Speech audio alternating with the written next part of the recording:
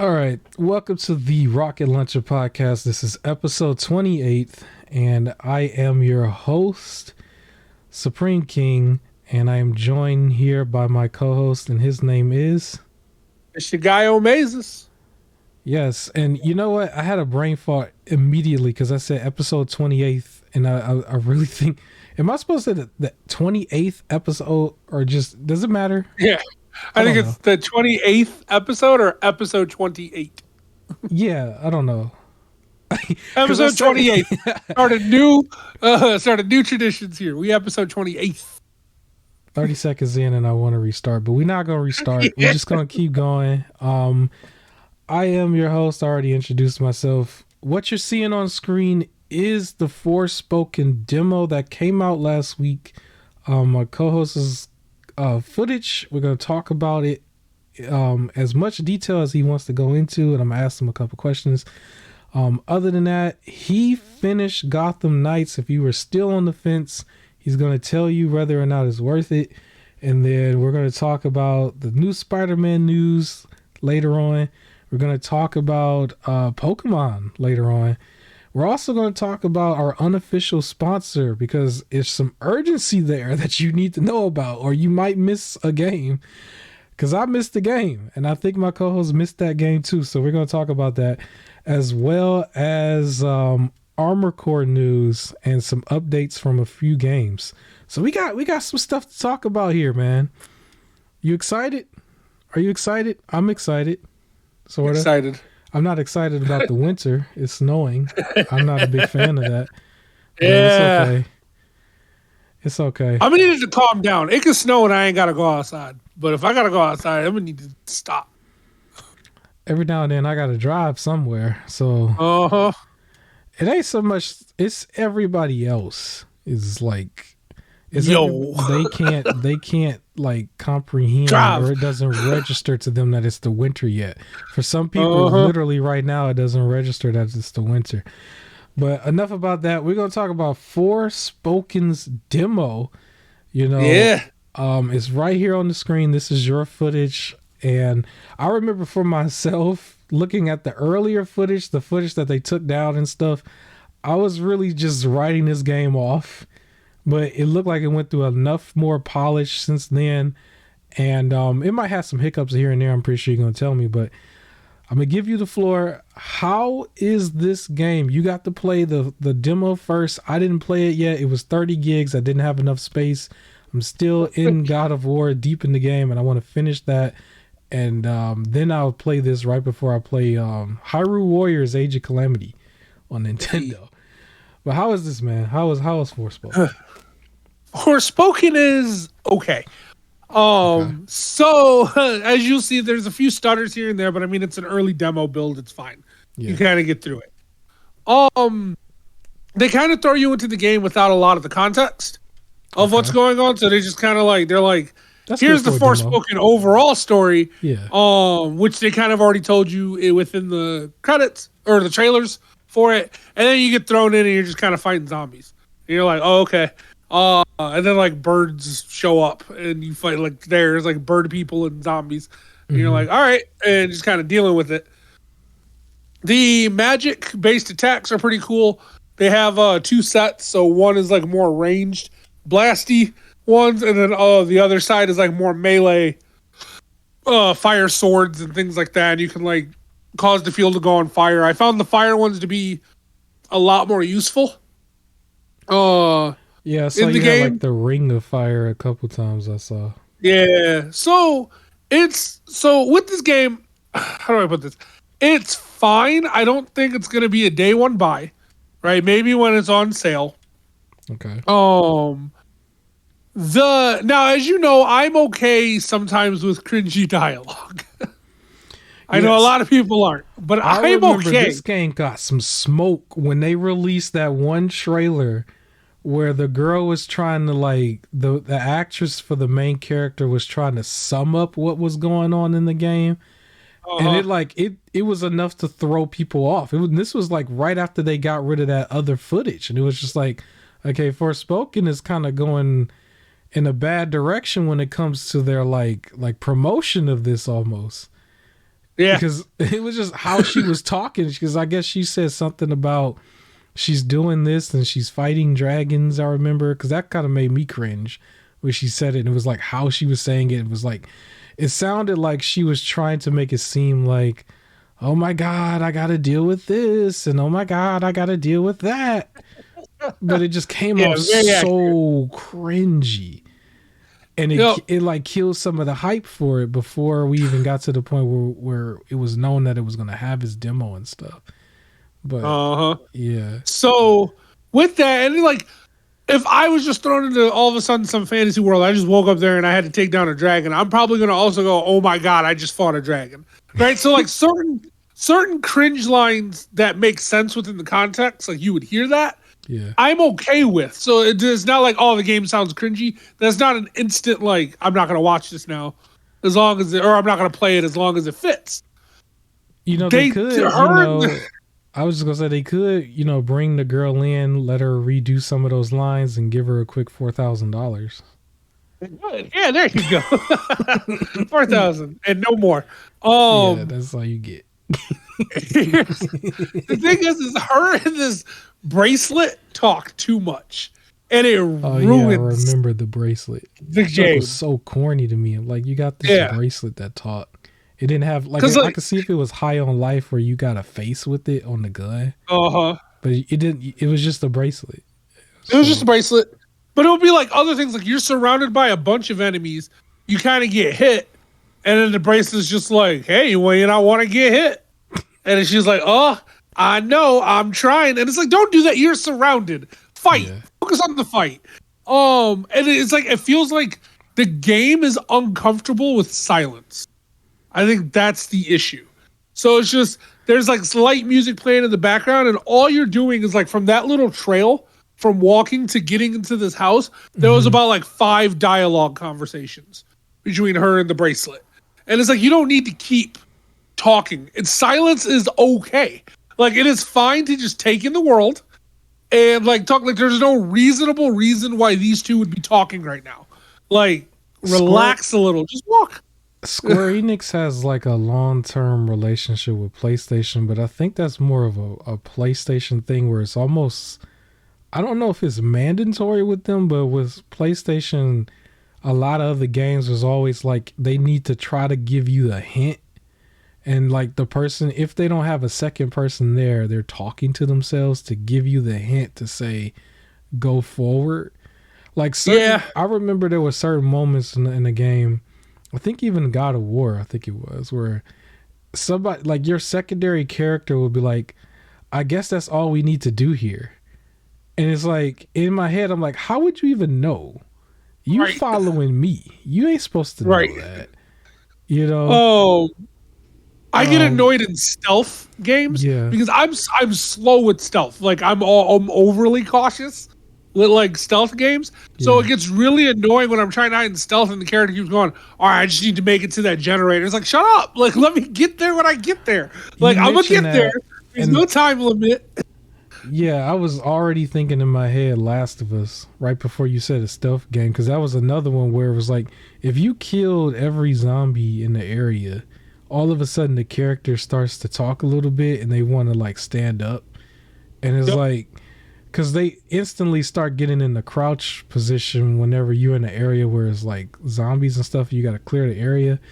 But I remember like quite distinct that the second the last one is done, they instantly start talking and stuff. And it's like, you don't really know if you've like beaten everything in the area unless you've like really cleared it out for yourself. And they kind of take that away from you a little bit. It breaks the immersion. I don't think PlayStation understands that. And everybody's talking to themselves and stuff. So I don't know if I can blame Forspoken 100%. I think that has some influence because of PlayStation, but yeah. So that part right there where she just woke up, right? Because it was like you could take a nap and I guess restore your health and everything. As she's waking up and stretching, she goes, 5 more minutes, like that. And it was just like, don't do that. Like, just get up. Like, it was like, I could deal with cringe, but it was like, just don't. Yeah. Or the bracelet at first was like, okay, it's time to get going. And that's when she's like, 5 more minutes. but she's already like sitting up and stretching. So it's like if she was still laying down, that would make sense. But you're just filling in the empty like silence. Yeah. And it's just like you don't need to like keep doing that. And that was one of the things that breaks the game. I swear while playing it, it did not feel this like stuttery like from what it's looking like. The other thing that kind of breaks the game a little bit for me too. So the parkour is cool. Mm-hmm. The problem was, and you're going to see it later on, there's a part where I'm fighting enemies on a bridge, and to dodge out of the way, you pretty much parkour stuff. But the parkour causes me to pretty much fall over the bridge. Okay. And then I have to like pretty much Skyrim spam my way up the mountain because there isn't a clear path to get back up and everything. So it's like, well, don't make it that finicky to fall off of the bridge if you're not going to give a nice clear access point back up like the bridge. So it's like I had to keep just like, jump a little bit until I can stabilize on some rocks where it considers me leveled again, and then just keep doing that over and over until I make it back to the top of the hill. So that really annoyed me too. Other than that, the combat was fine. Here's a part that I don't think I like that much is just you being attacked by birds. Yeah, I'm not into that. Because I know there's a part where Elden Ring, in Elden Ring, birds got like sword feet, swords on it. Yeah, I'm like, man, what? I ain't trying to do that. We had birds in. I was gonna say we had birds in Borderlands, and I got through it. Or bigger pterodactyls, I guess. Like, I guess so. But yeah, so some more about the game. You get different, like you can get different cloaks that she's wearing, and the cloaks that give different like minor abilities and stuff. Like it'll increase firepower, or I don't know, make you more stable, or things like that. Give you more health. Those are fine. So it has its RPG elements too. The combat outside of not falling off of the bridge here was fun and felt very chaotic, like destruction. It does sometimes feel a little button mashy, but like not in the worst way. So it was kind of fine. There's a few like boss fights here and there that are okay. Nothing terrible. Like they could have been much worse than what they were. But even like when I'm focusing on the fight, her and the bracelet talking kind of throws me off a little because that's the part where I fell over the bridge. I see. The other issue too is it's also not like there's a pause and the bracelet's like there's 3 to your left and she's like I see it or something like that. It'll just be you're fighting and as you're swinging on the person's like we gotta take these people out and she's like yeah working on it. It's like why are you talking and swinging at the same time? Just fight. Like fight. Yeah.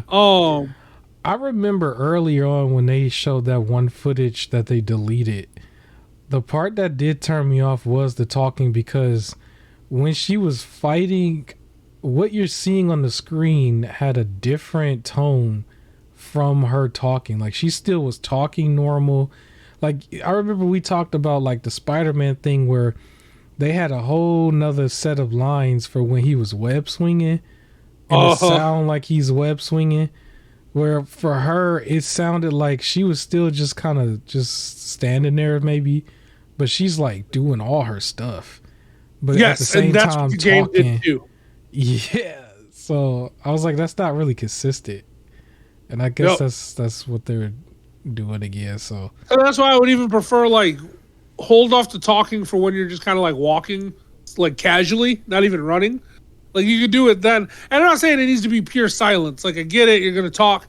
And if you're in this weird fantasy world and the only thing that seems to know what's going on is your little Sama bracelet, then you're going to talk to it. I get it. But it's like, you don't need to talk every 5 seconds when there was nothing to talk about. Right? It's not even on some, like, tell me about this area. What else do you know? Hey, tell me just a little bit more about this enemy before I get there. What's going to be going on? And everything is just, like, casual, weird chit-chat that doesn't really fit. Sometimes with what's going on. It's not like Saba. Like shout out to Saba for White Rangers. Saba talked every now and then. And he didn't even get a line in the movie. I remember being disappointed as a kid. Like he ain't gonna say that. He just gonna like do his I-beam thing. For anybody who remembers. Oh that. Yeah. But But yeah, so overall I will say the game of course has a little bit more polish to do. It is not something I'm gonna be like on some like Saints Row write it off. It was Okay. fun for what I did. There was a nice little challenging boss fight towards the end that you'll see in Okay. this footage, where after the demo, they're just like, hey, you want to try one more thing? Go try and fight this enemy. And So that the part is like, it actually took me 2 tries to get. Like, it was a good fight. Or more than 2. It took me a few tries. It should have been only 2, but I got cheated on the second one. now I is wasn't paying the attention. is the demo timed, or do you have can you Nope. take your time and just play through it?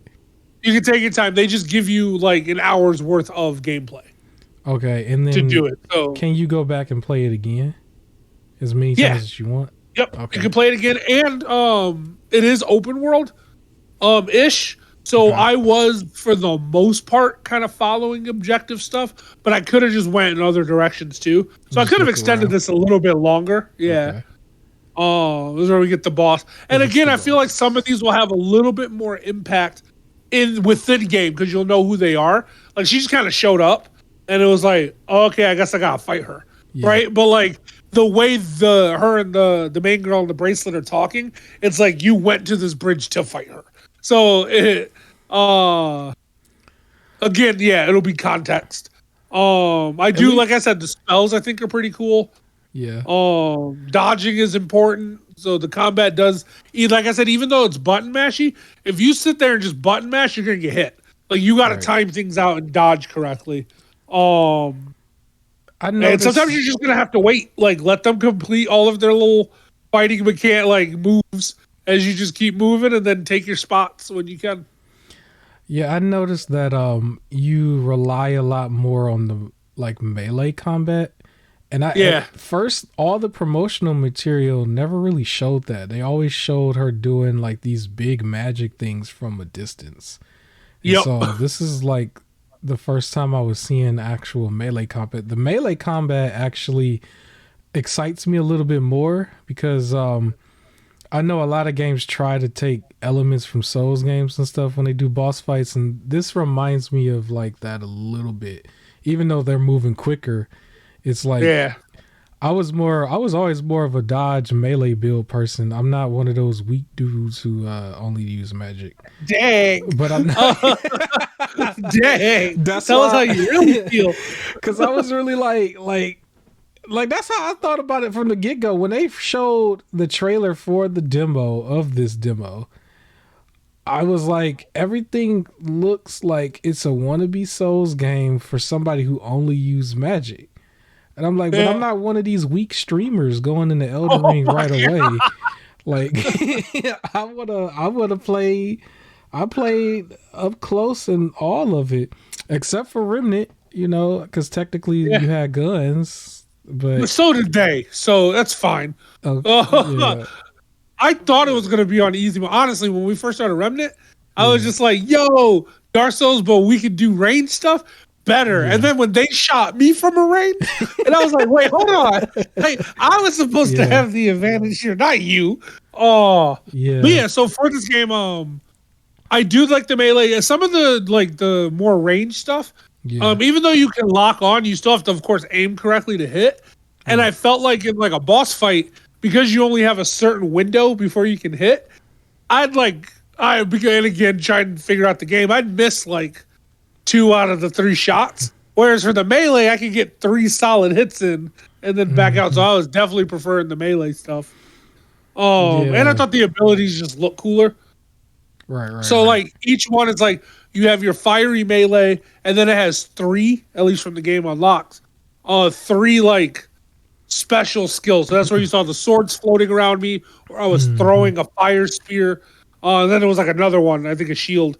And then your shooting ones also have like 3 separate spells as well. And then you also have support spells under the fire or the shooting one, where that was where I was doing the whole like arena turning into fire and things like that. So they give you a lot of access to spells, and you can like play it in a way that you want. Even with the birds, and I know it's supposed to be easier to shoot at the birds, there is a section in here where I just took them down with melee instead. Okay. And I just had to wait for them to kind of come at me, and it was like dodge and hit. And I found that still a little bit easier. You got your little press up to get health back and some things like that. But overall, like I said, the game is good. I probably wouldn't get this on day one. It's going to be like, I'm waiting till it's like 30, maybe. Okay. I think 30, 40. 40, I would say, is like a good price if you're like itching for a new RPG. 30 for most people would probably be better. They might use the demos like playtime to really iron out bugs and stuff. You know, they might utilize that, I guess, for because I guess people would be considered like beta testers in a way. I don't know, but that might not be a bad thing. I don't mind being a beta tester if it's free, like a free demo beta tester. I'm cool. I gotta pay for early access, no. But yeah. Do you have anything else you want to say about the game? No. I would say don't completely write it off just yet. Try out the demo and see. But it also might sometimes be a game where you're gonna want to just like play your own music. They need to cut their dialogue in half. Like if you could cut their dialogue in half, it would be fine. But there's moments where I'm just like in my head, like shut up, and like I don't mind cringe dialogue. And this guy reminds me of the game Biomutant got such backlash for that they put a patch in there where you could just turn that dude off completely, if I remember correctly. Yep. They just shut him up completely. So I don't know if that would happen here, but that would be kind of crazy because it would be the main character, or like that. The story might be built around that, them two talking. So if it's built around it, then it's like, And I remember it threw people off too with Man Eater, because there was a person in there who was like doing some sort of joke commentary that they added in there. And I don't know if like for people who play Man Eater, there were some people who didn't like that either, because they kind of like they made everything tongue in cheek, literally, because they put that person in there. But yeah, so yeah, I remember just writing it off completely. I don't know if I'm gonna write this off completely. I will probably still give it a try. It will be probably on some Black Friday type ish, because I don't really. I'm big on buying on Black Friday. I think it's been well documented in the podcast, like an episode or two ago, that I bought way too much that I might not even all get to this year coming up. Yeah, and you know what? Depending on how it's introduced, maybe like depending on the story and the introduction, maybe the bracelet and like her interactions become a little bit more charming. But without any of that, and you're just thrown in and they just keep talking, you're like, I don't. Because they're not really saying anything that forwards the storyline. Like literally, they'll just be like, wow, a grassy field. Right? And then it's like, you didn't have to say that. Like, it's like, you know, when like you're sitting in a car with somebody and it's awkward, so you just start saying things to like, it's like, oh yeah, that billboard looks interesting. Have you seen that one? And it's like, you didn't have to bring up the billboard, but you're just weird in the silence. That's what it feels like they're doing. Where it's just like, there's no exposition. It's not casually getting to know each other. It's just like, well, this is uncomfortable. We're just kind of walking, so I'm going to say something. Before we transition, I got to mention just two games, and this is basically Rockstar. But Grand Theft Auto and Red Dead Redemption. You had the main character run around an entire map practically forever, as long as you wanted to do it. Same thing goes for GTA right now. It's literally GTA 5 is forever. But when it came down to it, they talked during the cutscenes. They talked whenever they had like road rage situations, and then that was it. It wasn't every 2 seconds, every little thing that they saw. And those two games, those two franchises are like some of the greatest of all time, right? And GTA will never die. It's like, well, they did it correctly though. You didn't have to have a line every like 2 minutes or whatever. Yeah. There were no hints either. You just kind of just did the missions and just played the game. And so maybe they can learn from Rockstar. But I digress. I do also want to mention real quick, because my brain is just fogging. Did I say we were not going to have a podcast episode next week, Christmas Eve? Did I say that already? I don't think so. Let me jump straight into Forspoken. Yeah. I was supposed to say that at the beginning. All right. For the people, I don't expect you to look forward to this on Christmas Eve or Christmas Day. So I think it would have been Christmas Day because that's Christmas Day is on Sunday. So Christmas Day, we're not gonna actually have a podcast that day, and then Christmas Eve, I don't want to record it. All right, I didn't want to try to ask my co-host to record it because I didn't know if he was going to be doing stuff. So the next week is actually completely off. It's actually the first episode that will be canceled since we've started. Yeah. But I think it's for a good reason. It's not like we're just not consistent for the sake of not consistent. So yeah, just for that, and then we will have a New Year's Day podcast technically that will be pre-recorded. I mean, everything's pre-recorded, but it will be like pre-recorded. So we're just gonna put one out there that day and not record the day before.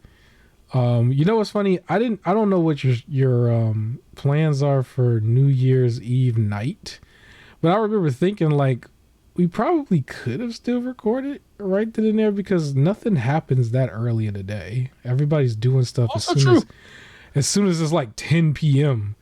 It's like it's when you really start getting ready to go do something, and then you show up somewhere at 11.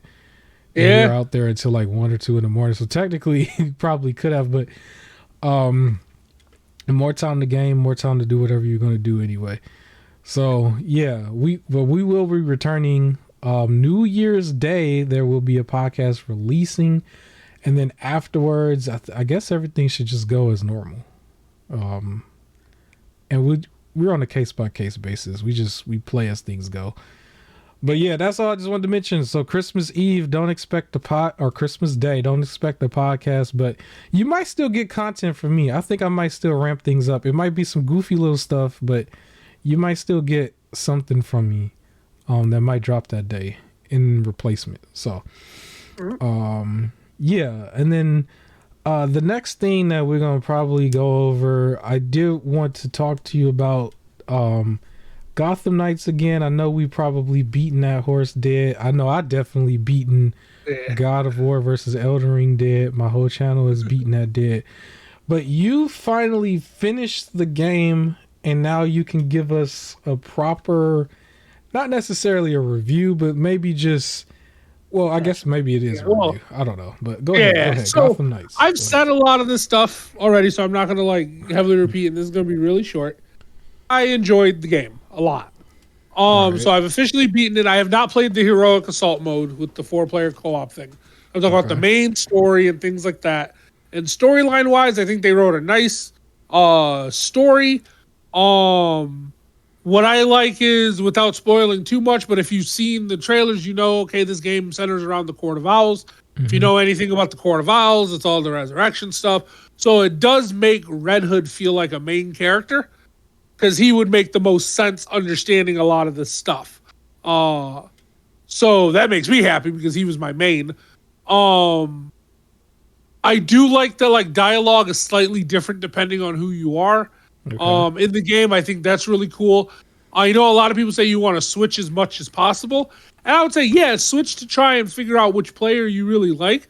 But once you start getting to the middle of the end, just stick to your one person that you really, really like. Okay. Unless you're really trying to max out everybody.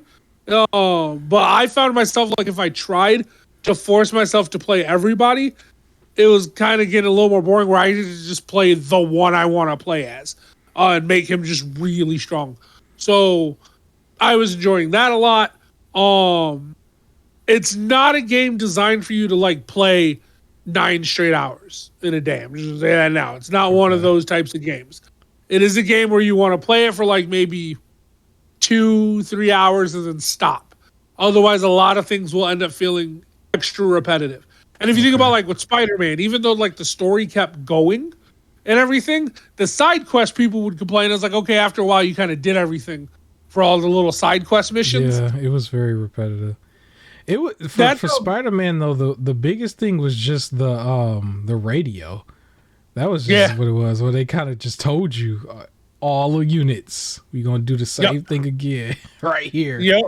You couldn't even. So for this nowhere. one, you just kind of run into them. The different crimes, and you can see their difficulty beforehand, and if you want to give yourself a challenge, or if it's going to be an easy mission. doing these crimes is how you unlock some of the side missions that happen. And you're supposed to do those in between the story. Level up a little. I know one of the complaints is remember they said that like you don't really feel like Batman because of how many hits like it takes to like really like fight people and take them down. I will say in terms of the main story, if you, and I don't really like to say grind, but if you grind a little bit, it will start to feel that way. So I ended up doing a lot of the little side quest as I was doing stuff and tracking some of the side like stories down.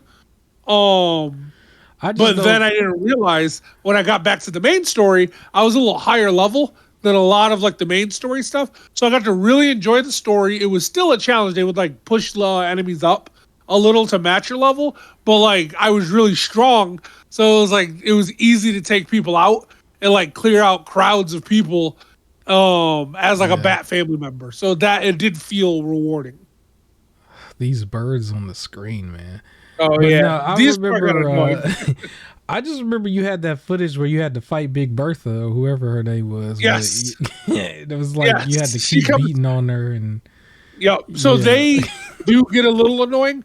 I will say, just for people that want, like, as a little hint for playing this, Red Hood's the best against the big enemies. Okay. Because he's the only one that can grapple them, and you can start grappling people at half health if you puts like the correct like abilities up. I saw a lot of channels say no, focus on all of his like gun moves. I had fun with the melee. Like personally, I did not turn him to a ranged person. I was beating people up like in melee style and just clearing out rooms to the point where he has a fear meter that like if you do certain things, enemies will start getting scared of you. Like if you headshot somebody and they're out, like you take out a person with a gun, like the enemy's like scared to fight you. And I've had the big enemies run away from me, like out of fear. Wow. They just ran and disappeared. So Red Hood's the best for those. When it comes to like stealth and electronic stuff, Batgirl is the best. Okay. When it comes to stealth against enemies, Robin's the best. And when it comes to, if you just kind of want generic gameplay or you have to dodge a lot, then I would say go with Nightwing. He's the best for like dodging stuff. So he's a little better with boss fights sometimes. But yeah, I found myself pretty much playing as Red Hood for almost all of it. Okay. How many hours did it take you to I guess, finish? About 40 hours. So it's 40-hour games overall. Yeah. Maybe if you rush through it a little bit more, probably less. Because there was times where I was just, like I said, I was just going out and just doing little street missions instead of like doing the story missions. Things like that. So it helped extend it a little bit more. This would be really taking in certain parts of the town. This would be another one right next to Forspoken for me that will be on the Black Friday list. I'm hoping that by that time the developers do the right thing and actually try to do a 60 FPS patch instead of just writing it off completely.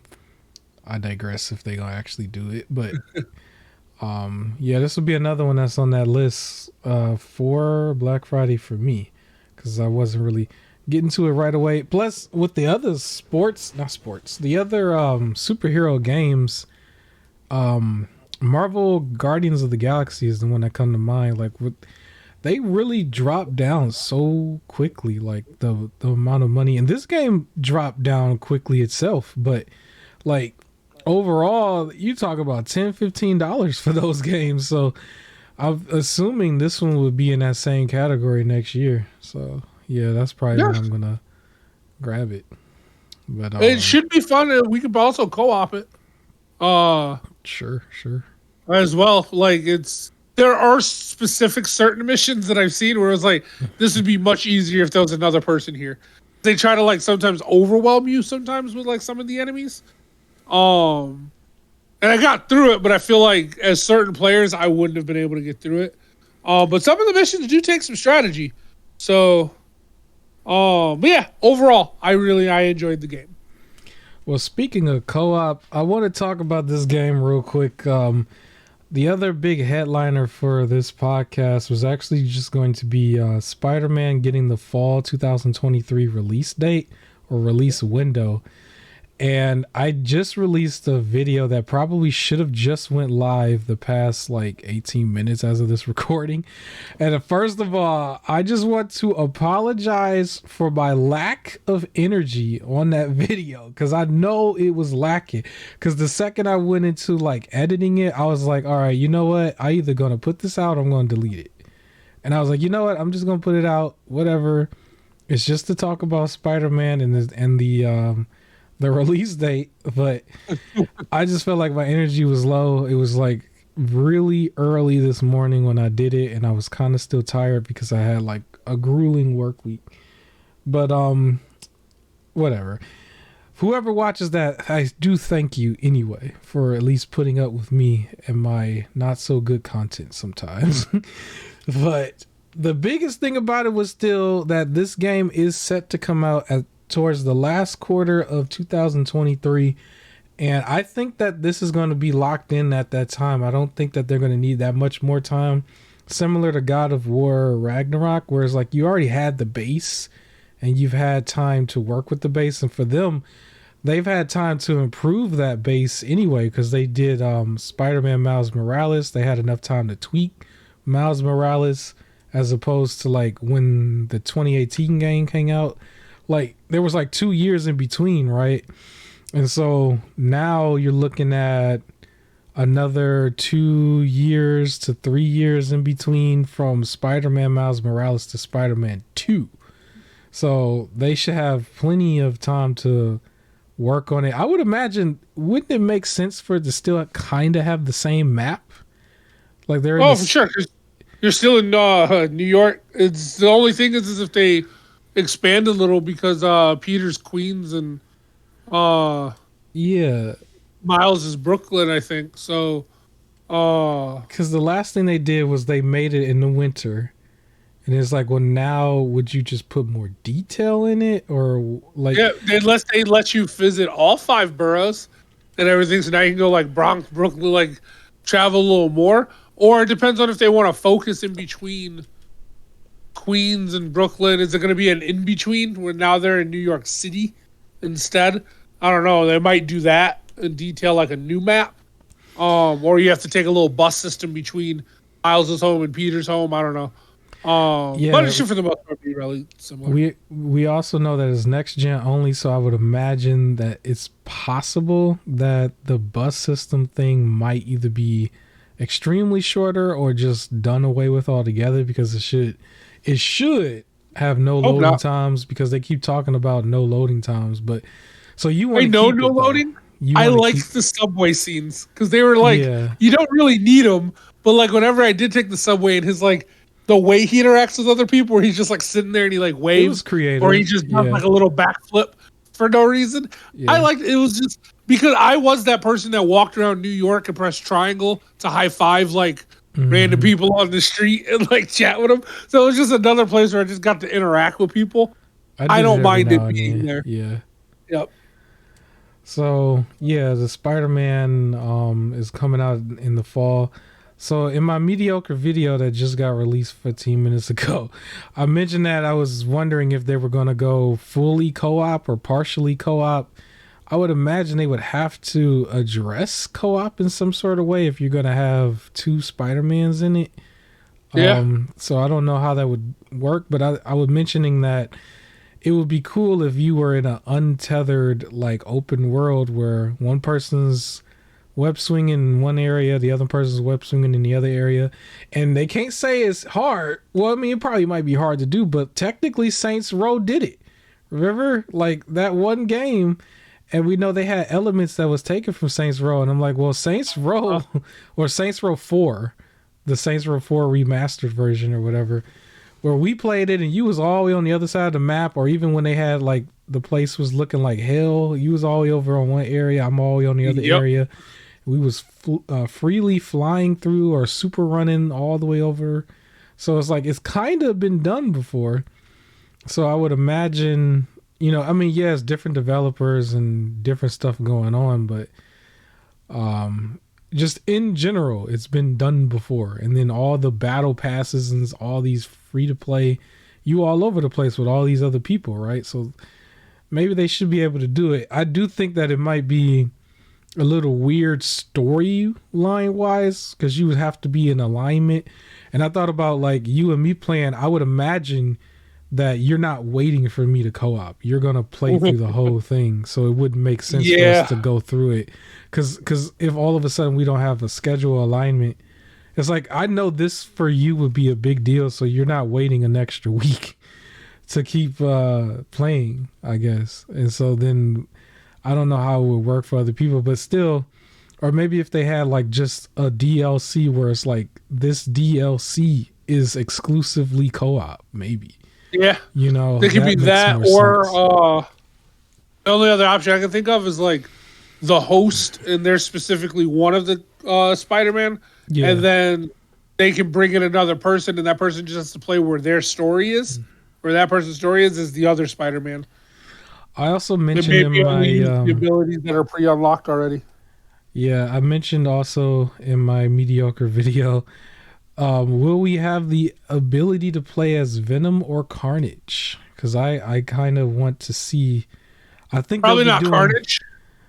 Yeah, I feel like they'll be doing a disservice if you can't play as Venom. I think Venom might be a bigger deal to play as. Depending on the story, like if he's not just the villain, right? And let's say if Carnage is the villain, then I can see playing as Venom. But if Venom is supposed to be one of the villains in the game, then I doubt it. Yeah. Shout out to my mediocre video. I just pulled it up. It looks like a couple of people already started watching. Thank you, people, for watching my content. I just want to say real quick, I did not expect the Remnant of the Ashes to start pulling in the type of views as my Elden Ring versus God of War follow-up video. It's like, people really care about Remnant for the Ashes. I'm actually happy about that because I wanted to see more Remnant. I didn't even think it was going to happen. And same thing go with like Code Vein. I have more faith for Code Vein 2 now because we just threw Remnant out there, and I think Code Vein has more of a story than the Remnant. And yeah, so thank you all for watching the content. Hit the like button. Are we at the we're not at the halfway point. Well, technically we are, but we're going to still talk about Spider-Man for a second before I talk our unofficial sponsor. But yeah, I want to see if we could play as Venom. It reminds me of when we played, or when I played, I'm pretty sure you played Ultimate Spider-Man on PS2 in the GameCube era. And I think original Xbox, where you could play as Peter Parker, and then you had moments where you played as Venom. I don't know if you remember. You was playing both sides in that one game. It was more comic book-ish, but it was one of my favorite Spider-Man games. So I think I also mentioned, so I'm just like ruining the video. I also mentioned that before. I remember being a little bit more jaded with Spider-Man because I felt like we was talking about Spider-Man way too much. It seems like now, like after the movie and everything, they're putting some more time in between. So I don't mind having an announcement of the game and then the game come out in September. It's like, okay, there's time in between. I'm not hearing Spider-Man every other week for every other thing. Movies and all that other stuff is like, okay, so Spider-Man is now getting a proper time to chill for a minute before another thing comes out, so I can anticipate it a little bit more. Is this more, this would be a top 5 for you, right? I would imagine. Absolutely. Yep. A day it one. Is in my Yep, it's in my day one buy. It's one of my top 5 games that I want for next year. I loved Spider-Man and Miles Morales so much. So yeah, I'm getting that one right away. Matter of fact, Spider-Man 1, I bought it and within like 3-4 days beat it, and like it was over the weekend. Basically, I got it. It came out on a Thursday, and by Monday I was done. Like I enjoyed it. Like I was playing that thing nonstop, like throughout the day. Even like with the repetitive like side quests, I'm still I was enjoying it. That's good. So I know that's not for everybody, but like I liked it. Yeah. Depending on what the backlog and stuff look for me, I don't know if it'll be day one, but it would probably be in that time frame because 2 months later is Black Friday. I wouldn't mind paying, because everything that came out this past year on Black Friday was down to the $30 range. Sonic, and then I think even Gotham Knights. So I wouldn't mind paying that same price for Spider-Man 2 if that's what's gonna happen. I don't know if it's the main thing that I want to play. I know on episode 29, 2 weeks from now, I think you said you wanted to talk about what the top 5 is for 2023. I'm literally going to be like saying that on the fly because I don't know all of it yet, but I know I was going to do a video like this is going to be my top 5 most anticipated. So I'll probably spoil that video first, even though that video is going to come out. And I don't know, Spider-Man might be on it because I don't know what the top 5 is yet. But yeah, we'll see. Storyline wise, it'll be interesting because I don't know if I want to spoil it. We're not gonna spoil it, but right. Yeah. I will say on the screen right now is the big boss fight that they were like, "Hey, you want to try a challenge? Like, go take down this boss." Thing. Yeah. That's what's up. Well, how do you think they could possibly improve Spider-Man from Spider-Man Miles Morales? Well, what would you have seen? What would you have wanted to be tweaked or changed from Spider-Man Miles Morales, I guess? Part of the story stuff. So I did feel like you had like a lot of Spider-Man Miles Morales was to power a generator. That was a lot of the mission. Yeah, you punch the generator. So I feel like with the Spider-Man games, I feel like the combat is really good. Mm-hmm. The gameplay is really good. The mechanics is really good. It just needs to make sure it keeps up with a very interesting story. His story came off a little bit more kiddie, I guess. It wasn't too bad. Yeah. The only complaint I had that was like to me a big complaint, I felt like the whole city knew who he was, basically. It felt like he just didn't even need to have a mask on. It was almost like, okay, technically at some point, spoiler alert, at some point they basically found out he was black because they put the Black Lives Matter thing there. And it was gave him a Black Lives Matter, yes. It was like, it kind of like, if you really think about it, kind of don't really make sense, but they did it. It was only if you was sitting there overthinking it, but it was like, okay, you know he's black, and then you know his entire measurements because y'all gave him a suit, and y'all made the suit. Like the people made the suit. So it's like, okay, so the people just as smart as Peter and him, I guess. So or whoever made the suit. And and then like whenever you was out and about and somebody wanted to like fight you, they're like, you're not the real Spider-Man, and they knew he was a kid. And I'm just like I'm like, you know too much detail. So that kind of thing, like I would want them to not put that in the other one. Like maybe that, I don't know. It's like if both of them are there at the same time, it's like maybe they could say something like, oh my God, it's two of them, or oh my God, they're both here. But you downplayed them the whole time. They was like verbally burying him the entire time. Like, you're not the real one. It reminded me of the movie, the Marvel Universe movies, when Spider-Man had his movies, but like Iron Man was like literally overshadowing him.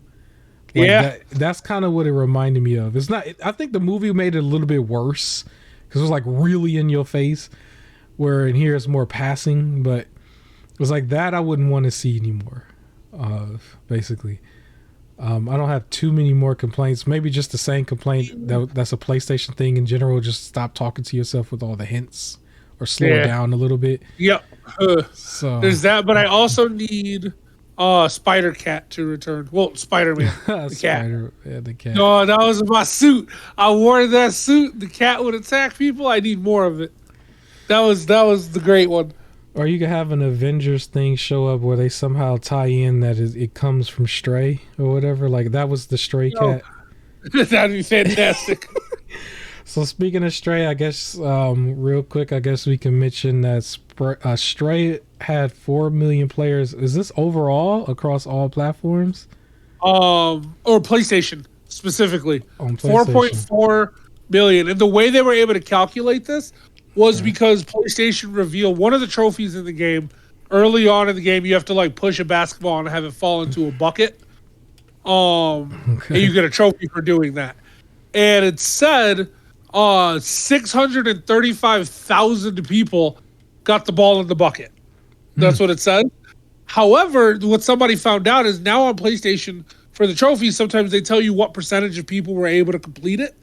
And it says 14% of the players were able to get the ball in the bucket because it's a very early on if you miss it or if you don't aim correctly, because I accidentally smacked the ball without noticing the bucket at the bottom of the stairs, and there was no way to get it back up the stairs and into the bucket. So the only way to do this is I would have to restart. But only 14% of people were able to get that trophy. So doing a little bit of math, 4,400,000 people have played Stray on PlayStation. That's cool. So it must be a lot more too, because it was also on PC and stuff. So that's cool. Why it won Indie Game of the Year. So that's what it fairly was up there with that many players. Yeah.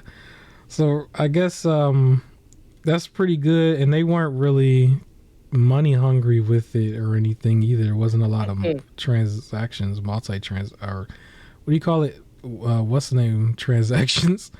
Yeah. Unlike the next quick announcement we can talk about, which is Diablo 4, and you're saying it is already money hungry. This might be controversial to somebody. Are you ready for this? Yeah, let's for $96.66, you can buy the Diablo 4 limited collector's box. I'm going to tell you the things that's in there, and I want you to tell me what's missing. Okay? The Diablo 4 limited collector's box includes a candle of creation, an occult mousepad, cloth map of sanctuary, pin of Horadrim, Diablo 4 collector's edition art book, and a matted fine art prints, 2 of them. This is something that I don't understand why this is happening with collector's editions, but somehow they're not including a steelbook and the physical copy of the game.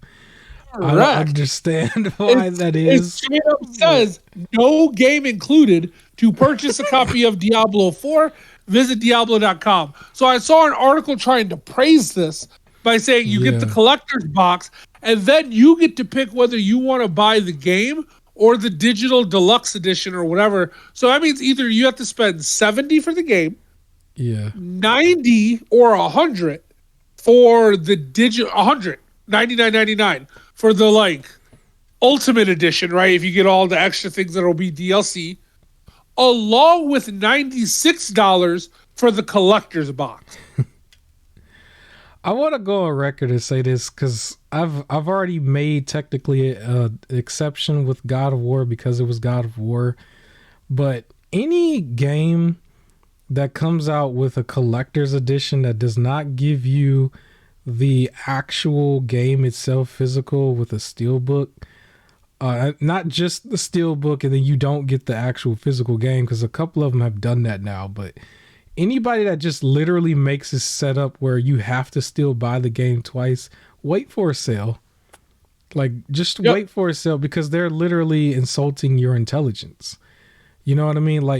They literally insulting your intelligence. I made the exception for God of War because I had to for the channel, but because I think God of War did the same thing. They still gave you the cool Thor hammer and stuff, but you didn't get the physical game in that collector's edition, despite getting a steelbook. It's like, how you get a steelbook without the physical game, without the disc to put in the steelbook? Crazy. So any game going forward, I just want to say, I'm not trying to tell you to boycott the game. I'm just telling you that's probably a game you should wait for a Black Friday sale, because they insulted your intelligence and they tried to squeeze as much money out of you as possible from day one, and they know exactly what they're doing. And I don't think that that's a good thing to the gamer. So I'm gonna go ahead and clip this too. This is gonna go as a clip because I think that that's important, and that people should really be aware of that overall. You don't need to have your intelligence insulted just to play a game that you might like. Diablo 4 looked great. I thought it looked awesome, and I'm pretty sure a lot of people looking forward to playing it. But it's if you get in the collector's edition, you should not have to be buying a second version of the game. I can see if you wanted to have it digital and physical, or if you wanted to have it on more than one platform to be portable or whatever on the Steam Deck. I understand that if you really wanted it, but you shouldn't be forced to do it in a way. You know what I mean? It Yeah, shouldn't. I There should agree. be a way where you get everything in one purchase. That should be a possibility, and it looks like Yeah, that's a thing that's going forward with like a lot of developers right now with how they're doing their sales of their collector's edition. I don't know why that's an industry thing, but when you see that, just recognize the behavior and adjust because of their behavior. Because I don't think that that's called for. I Basically, agree with you. It should at the like I believe because it's a collector's thing, it should come with a physical game, yeah, right? Because it's a collector's. At the very least, it should come with digital. And then if you don't want digital, if you want physical, you can go buy physical. At the very, but it's weird to me that it's like, how's it not gonna have the game in yeah, it? Like it should have the game, even if it's like instead of a collector's edition costing $96, you spend 130. So like the game should be somewhat discounted. It shouldn't be the price of both yeah. combined, right? But it's That's just a like if you have crazy to add, price too it's to have everything absolutely except insane. for the game. You know, that's crazy. That's a crazy price. Like here's almost $100. You get everything but the game itself. Yeah, That's and then give us an extra crazy. 70 for the game. Yeah, absolutely not. Absolutely not. Unless you want the deluxe edition, in which case give us an extra 90. Or if you want the ultimate edition, in which case you would have given us an extra 100.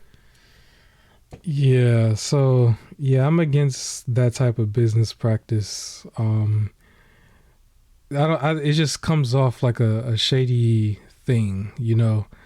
And I guess we're deep in this enough where, real quick before the Epic Games, we can talk about another business practice that might come off a little shady, a little tongue in cheek though, because our 45th Prez decided to come out with his own NFT game.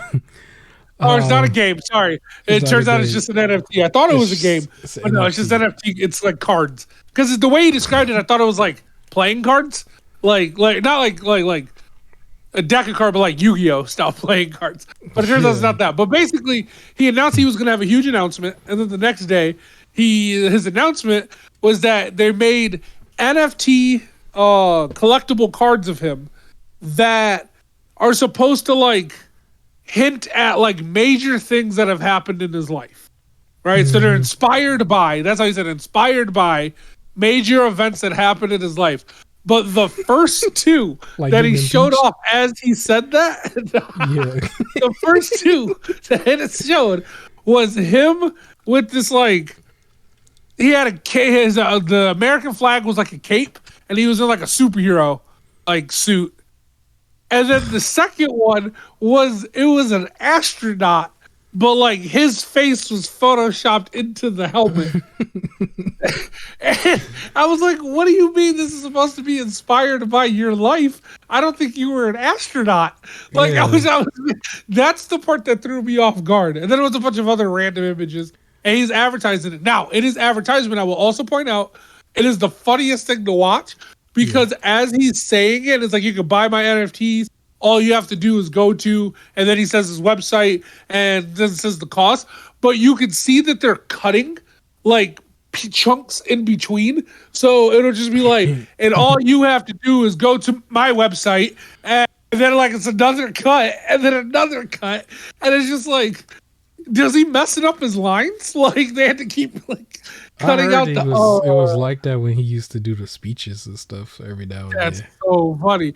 But like, so they did that, and then where I want to praise for the boys. So on social media, for the show The Boys, Vault International has like a Twitter page and Instagram page and things like that, and they treat the show as canon, like it's real life.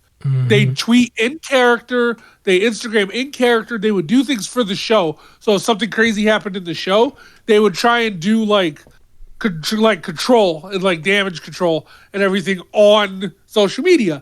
So all the fans of the show treat the social media space like it's real. Like it's just this established thing online Hmm. where it's real. To give an example, Homelander's actor Anthony Starr and Starlight's actress, they took a little behind the scenes photo of just them giving a thumbs up. Anthony Starr had his glasses on and everything. It was just, like a table read. So they're backstage giving a thumbs up. And for those that watch the show, people were complaining. It was like, well, Starlight talks against Homelander. Now all of a sudden they're buddy. Can't trust her. Justice for Homelander. Like, that's the idea is people treat it like canon every time. So with this, as soon as this was announced and they showed the first one of a superhero Trump, everyone said he looks like Homelander ripoff. Immediately bought as a picture of Homelander, and it says huge announcement the way Trump did it. And it was like, now introducing the Homelander NFT cards. And it was the exact wording that Trump was using, saying like chronicling like the big events of his life, blah, blah, blah. It was almost word for word, but Homelander instead. And they just jumped on it. It was like, boom, you can buy this today. And then just like moved on. And it's just shout out to them for always like staying current and just treating things like so real. But yeah, if you need some NFT cards, there's another option. Yeah, when you buy it, it's literally going to like drop to nothing in value afterwards. So just keep that in mind. Yeah. Speaking of dropping to almost nothing in value, let's talk about James Gunn DC Universe, man. Let's talk about the Superman situation as well. We could just talk about that. Here's how I feel. James Gunn is rebooting. We know he's rebooting. He has a whole 10-year plan, blah, blah, blah. He's rebooting stuff. He wants to do a younger Superman. I don't really need a younger Superman, but whatever. I'm still going to watch the movies.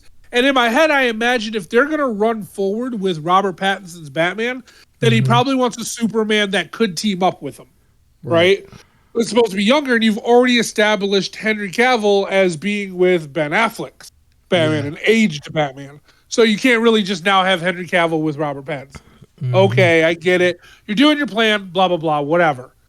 My issues is, one, you kind of made the next 4 movies all releasing in 2023 obsolete, because it's what's coming out? Shazam 2, but you're moving past Shazam.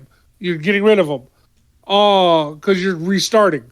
It's Blue Beetle, which could stay depending on how they treat it.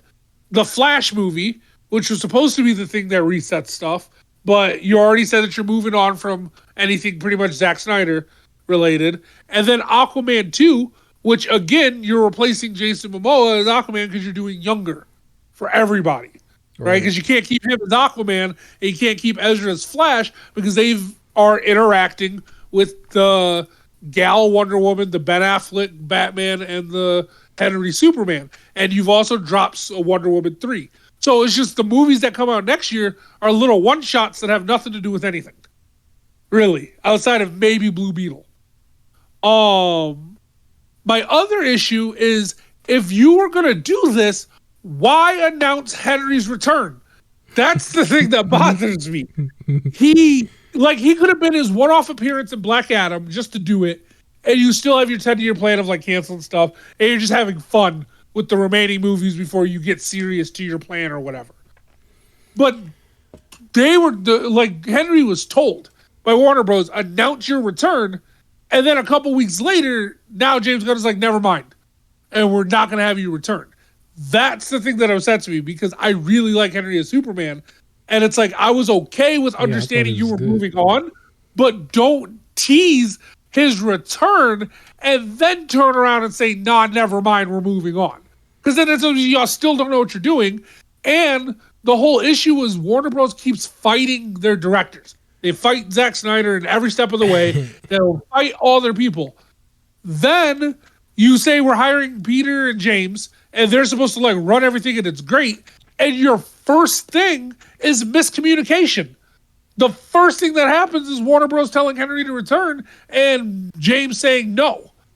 So you're not even communicating again. So it's just going to be another 10 years of mess because you two can't get along. Warner Bros. Either needs to step out and just say, yeah, our money's behind it, but we trust James, do it.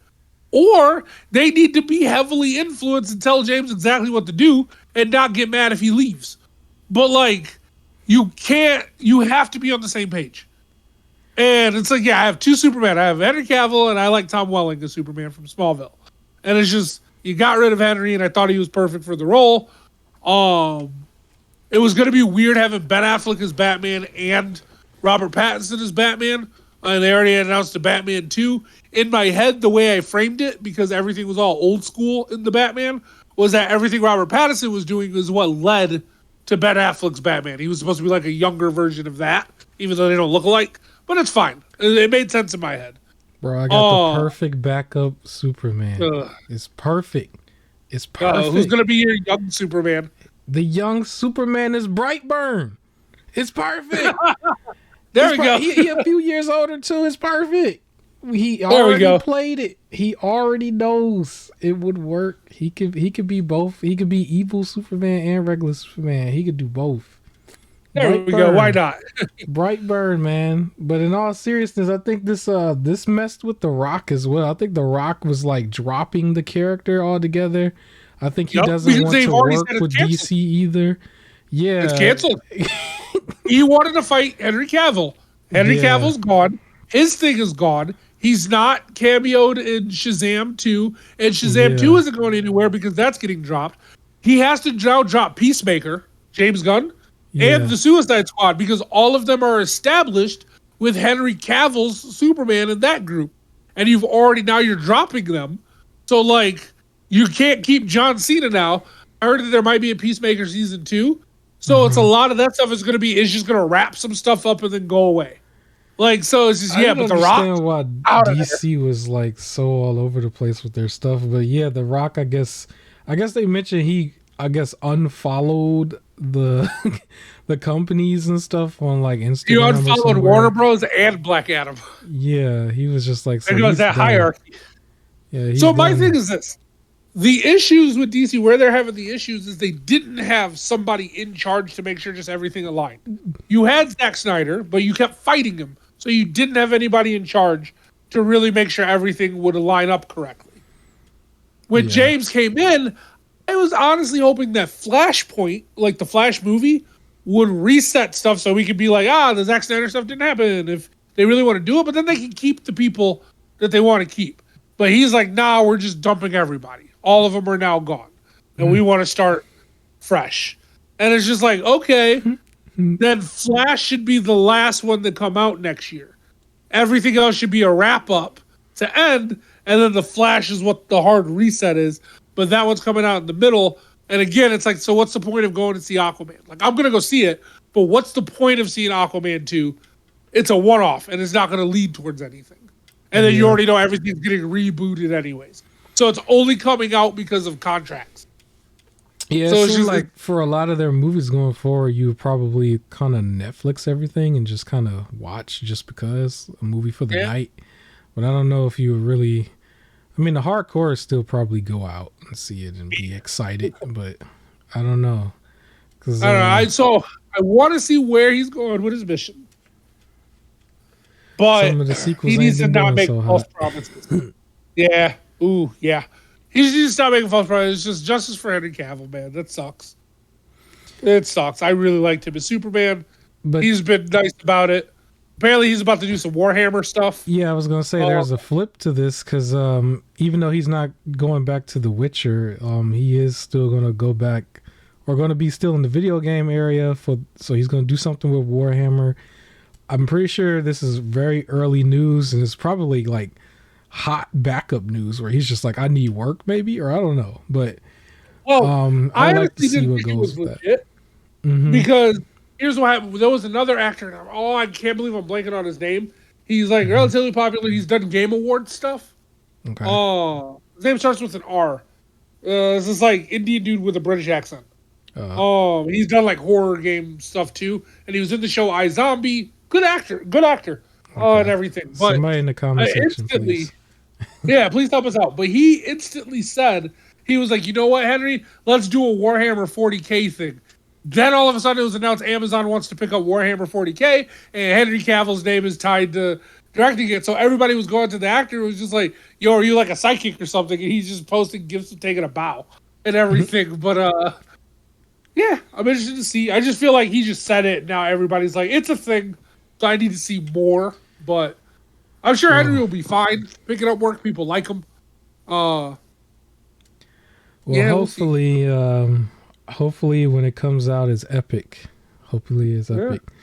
Speaking of Epic, our unofficial sponsor that was supposed to have been like 10 minutes ago, probably going to make it quick. It's very important though, because it's not like the other games, Epic games where you just go and claim a game once a week. It's not once a week, it's once a day. And if you're just now hearing about this, sorry to tell you, you technically have missed 2 games so far. But actually 3 when this comes out. But there's like 15 or 20 games total. I think it's 15. It's going from now until December 30th. Check back at Epic every day just to claim the games. I actually missed one. I think my co-host missed it too. It was called Bloons TD6. Apparently it's like a little strategy game. It's still, an Epic-ish free release, so you're not really missing much. But you want to start keeping your eye on this, because I remember every year that they've done it, that I was a part of, there's still usually 2, at least, really nice games that they throw in there in the middle of all the little ones. But the next one that came out that I think my co-host and we barely caught, it was Horizon Chase Turbo. I think he already had it. I might already have it already too on PlayStation, but it also expired early this morning. So I think these start at like 10 or check it at 9 or 8 in the morning every day. The next one is Costume Quest 2, and and so that one is got like 22 hours before it expires as well. So you gotta check these and catch on them. I think at least so far, I mean, unless you really wanted a racing game, you're not really missing too much yet. But definitely check it, because I remember when they did it a year or 2 ago, they did the Aliens horror movie game. What was that game called? The one, it wasn't the shooting up one, not the Elite. Alien Isolation. Yeah. And that was my only version of that. And that game was still relatively new at the time. And so I was able to claim it, for free. Everything's still free. You still don't need your credit card or anything. However, I also should mention, because I think this goes until the day before Christmas. Correct me if I'm wrong. Maybe my co-host could tell me. But they are also giving you a $10 off coupon to use on games, or just one game that's above $15. So you can at least take a $15 game and turn it into a $5 game. I do plan on trying to use it. I got to find something and use it before Christmas. I think that's the latest that you have. And so if you had an Epic account for a while now, like how we've been telling you, you should qualify for that. So check inside of your Epic account to see if you got it. So their free games go all the way into the 30th. And you got to check it every day, and then you should have a $10 off coupon for Christmas or before Christmas. Outside of that, a few games had some updates that I guess we can go over briefly. The first one I wanted to talk about real quick was that Persona 4 Golden and Persona 3 Portable had some updates, some patches or things, some tweaks in order for it to run on the modern hardware that it was announced for. I think it's fully multi-plat. Yeah. And then if you remember the game Dragon Ball Z Kakarot, they're getting another DLC all about Bardock. So that game I is might still have to going. jump back into this game, because the history of Trunks was my favorite Dragon Ball Z movie, because Trunks was my favorite character, Future Trunks, and that was the last DLC. Just detailing that, and then now they got Bardock in there, and it looks like the game's gonna keep going. I like it. It seems interesting, so I might be jumping back into that one soon-ish. I got the main game dirt cheap, and I wanted to wait until I actually finished. I don't even know how much of this involves Super, but I literally have not finished Super. So I wanted to finish that, and then I wanted to play all the Dragon Ball Z games that I bought. It's technically one of the 3, because I have Fighter Z, and then I have Xenoverse 2. And I haven't gotten through. I have those 2, and I've gotten like a chunk of the way into Fighters. And then Xenoverse 2 I beat. There was some DLC stuff that I haven't played yet. Mm-hmm. But it's just like I gotta jump back into that too because they released some DLC. I do want to mention one other game too, real quick. Yeah. And this Justice League Cosmic Chaos was announced. It's one of your like. It looks like it's for kids and everything, and you play as the main three for the Justice League. You can switch between them to do little combat stuff, and it's like a platformer, beat 'em up, like very cartoon looking. Some people were really mad for some reason. It was like this thing looks too easy or all this other stuff, and I'm like, homie, you're in your 30s, and this is clearly for like a 10-year-old, but relax. Like, but like, oh, I'll check it out. I'm not going to get it, of course, at full price, but I'll check it out at some point. It looks like it's like a kid's game, but like not like overly kids. It'll be like somebody complaining about the aesthetics of Kirby. Mm-hmm. Where it's just like, relax. Like, Kirby's not going to be this hyper-realistic Dark Souls-looking game and everything. But, I mean, the combat went there. But this one looks a little bit cutesier, but I'll try it at some point. But yeah, that game got announced. It looks okay. Yeah. And so I also wanted to mention, I guess, another game that got patches. This was another game that was a little bit more bigger news for our channel, for the channel or the podcast.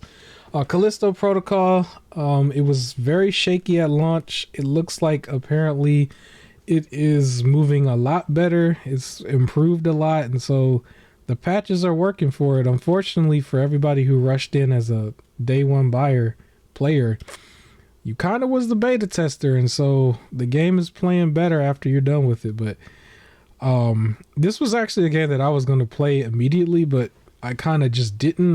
Little things was just souring me on it as we went along, all documented in previous episodes. But I'm glad I waited. I don't think I'm going to wait until Black Friday for this, because I think this one probably will drop in price a lot quicker.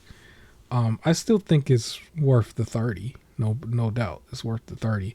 I just didn't think it was worth 70, while the PC version was worth 60. We've talked about that, because Dead Space is the same way next month. But yeah, so kudos to them at least doing their part in making it better. And then another thing real quick for updates. This might be kind of funny, but the PS Plus Extra announced some games that were going to be going to it. And apparently only the PS4 version of WWE 2K22 is going to PS Plus Extra. Yikes. And you don't get the next gen version. If you have the PS4 version heard some issues. So, yeah. I mean, if you already got PS Plus Extra, try it out. But good luck. So is the next one coming out in March? Is that like their new start time? I think so. They want to release it by WrestleMania. Okay, instead of... But they haven't announced it yet. So, okay. See. It's funny because it'll be like the 2023 version in the first couple months of 2023. It's just nowhere to be found. But yeah, I guess real quick we can speak on the esports. What's going on with esports? Yeah, so I don't know too much details for it because I don't really watch esports, but I did want to bring this up in case we have any listeners that do keep up with esports. One of the bigger tournaments is coming up, and then they have the League of Legends esport. Yeah. For some reason, they announced that the live watching is going to be Thursdays at noon, and people are upset because they're like, so we're just assuming no one has a job, huh? Yeah. So they used to be in the evenings or on weekends, and they were just like, nah, Thursdays at noon. Yeah, so you can watch it at 12 p.m. If you want to see it live. Other than that, I don't know what to tell you. So if you're an esports person, be aware of that. You may want to start complaining so they change it. Yeah, I could imagine. It should be like 8 p.m. What are we doing? Like 8 p.m. makes more sense. 8 or 9. Not no noon. No. And then I guess right before the main topic, it's not really a main topic, but real quick, you want to talk about Ash and Pokemon? Catch him after 25 years. This 10-year-old won the world championship. So he's exactly what jobs look for. 25 years of experience by the time you're like entry level. But he won. And now for the next Pokemon anime, it's going to be taking place in the Paldea region, the newer one from Scarlet and Violet. Okay. But Ash is no longer the main character. Okay. He might make an appearance as champion at some point, but is going to focus on 2 completely new characters. They said no Ash, no Pikachu. Basically, is what they're saying. They are not the mains. It is going to be the 3 new starters with the 2 new characters, and that's what they're going forward with for the new Pokemon anime. So Maybe in the anime it might be too early, but I would say they should bring Ash and Pikachu back, not necessarily as the bad guy, but your final boss, basically. they should be the champion. They should be the Yeah. final world champion. Like, you beat the Elite Four. Who do I take on now? And it's Ash and Pikachu.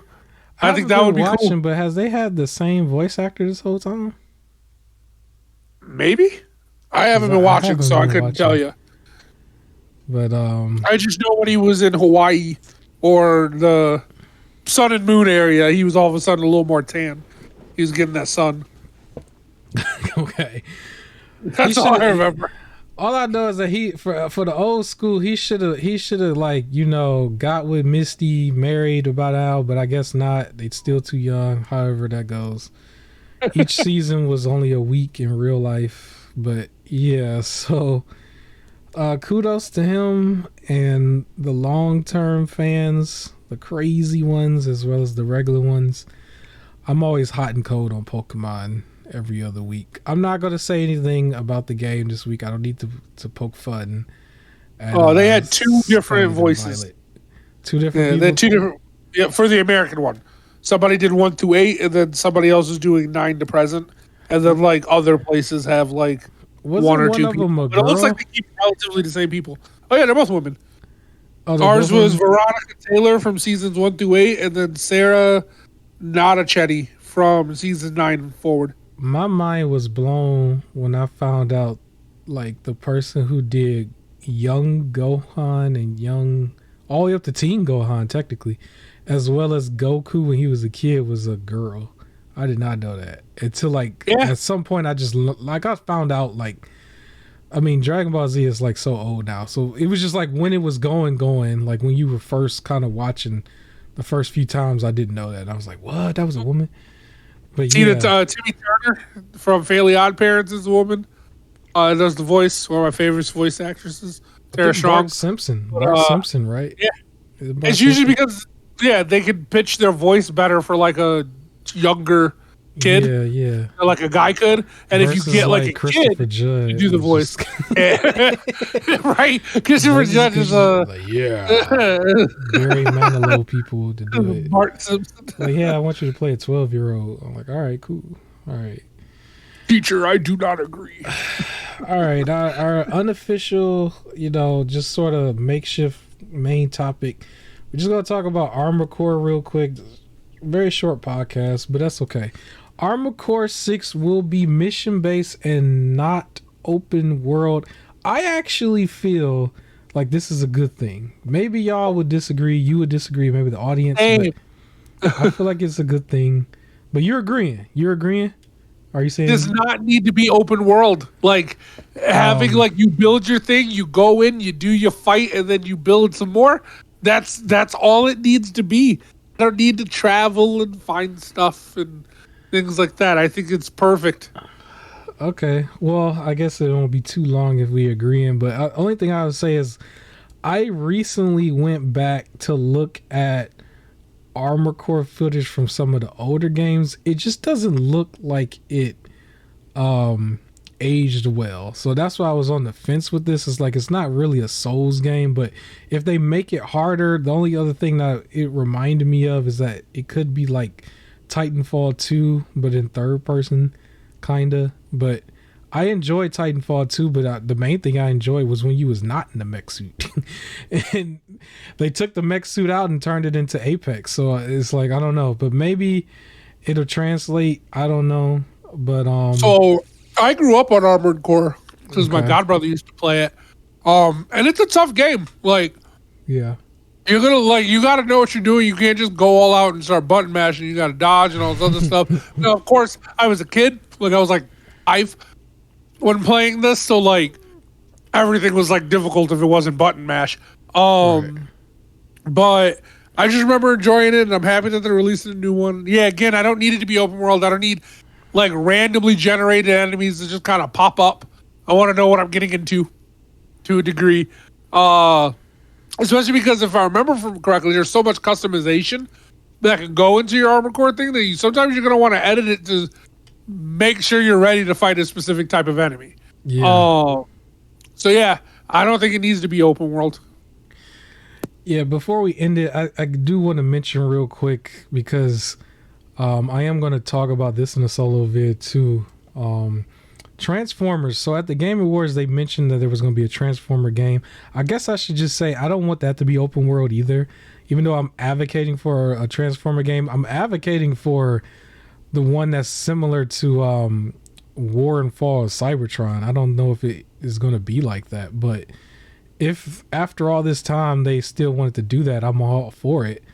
But just as a game, if it's anything like Armor Core or something, I don't want it to be open world either. I think Fall and War of Cybertron was very well done as a mission based game. I agree. And that should be the same way. I'm still I can't call myself a veteran Souls player by far at all.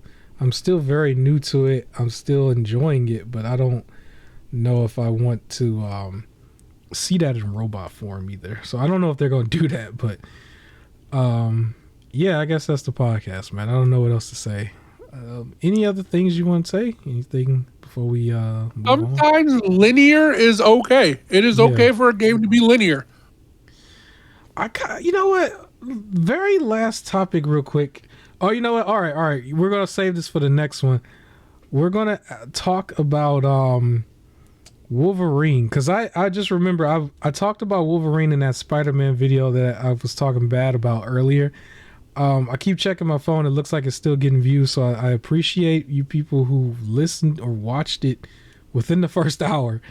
But yeah, I want to talk about Wolverine because I think that's also probably going to be in the top 5 now I think about it, because you mentioned that, but I also wanted to mention, at least for this podcast, I don't know how well that works as open world either. That might be more beneficial as linear based, but we'll get in more detail on that on the next episode. Thank you all for who watched this. Happy holidays. Definitely check our unofficial sponsor every day to get all those free games, get all those goodies. Don't be like me, don't miss out, because I don't know. But you know what I think it was one of these games, one of those games I actually already had through Epic already. So sometimes they might double dip. So yeah, that happens. So maybe you might be able to get it again if you missed one of them, but you still got that $10 off coupon that you could probably use for one of them that you missed if it was really something you liked. So whatever. I'm going to let you guys know on not the next episode, maybe the episode after that, which one I actually buy if I actually used it. But yeah, that's all I got for you here. Any last words for us? Enjoy your Christmas or your holidays, and we'll see you all in the new year. Yeah, enjoy your holidays. Make sure if you're going to be with other people that you wash the back of your ears before you show up in your ugly sweater. You don't want ugly ears either. All right, that's it. That's all we got. Short podcast. Thank you so much. We out. Peace.